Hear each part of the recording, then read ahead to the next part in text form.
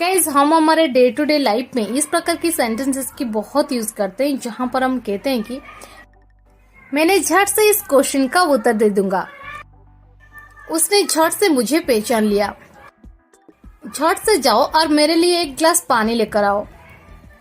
Guys इस प्रकार की सेंटेंसेस को हम हिंदी में तो बड़ी आसानी से बोल लेते हैं, बट इसे इंग्लिश में कैसे कहेंगे जहां पर हम फ्रेज यूज करते हैं झट से। चलिए सबसे पहले इसकी इंग्लिश जान लेते हैं। झट से इसका मीनिंग यही होता है ना, तुरंत या फिर बिना समय गवाए। इसके लिए हम इंग्लिश में वर्ड यूज करते हैं इंस्टेंटली या फिर एट वंस या फिर इन नो टाइम का। इन तीनों का मतलब एक ही होता है, बस कहने का फर्क होता है। चलिए इसका कंप्लीट स्ट्रक्चर देख लेते हैं। स्ट्रक्चर में पहले आपको यूज कर देनी है सेंटेंस, इसके बाद एट वंस या फिर इंस्टेंटली।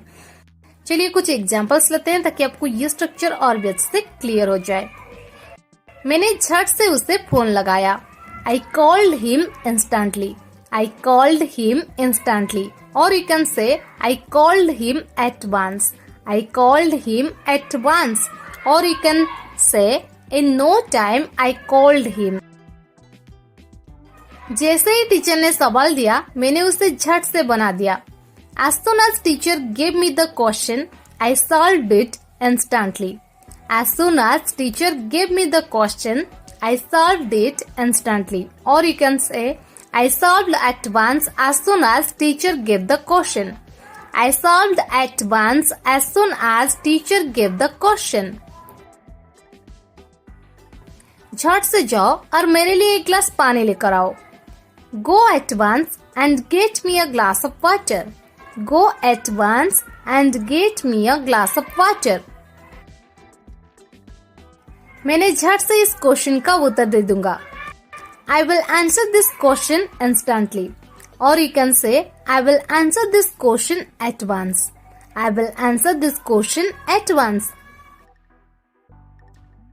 राहुल ने झट से उसे एक थप्पड़ मारा।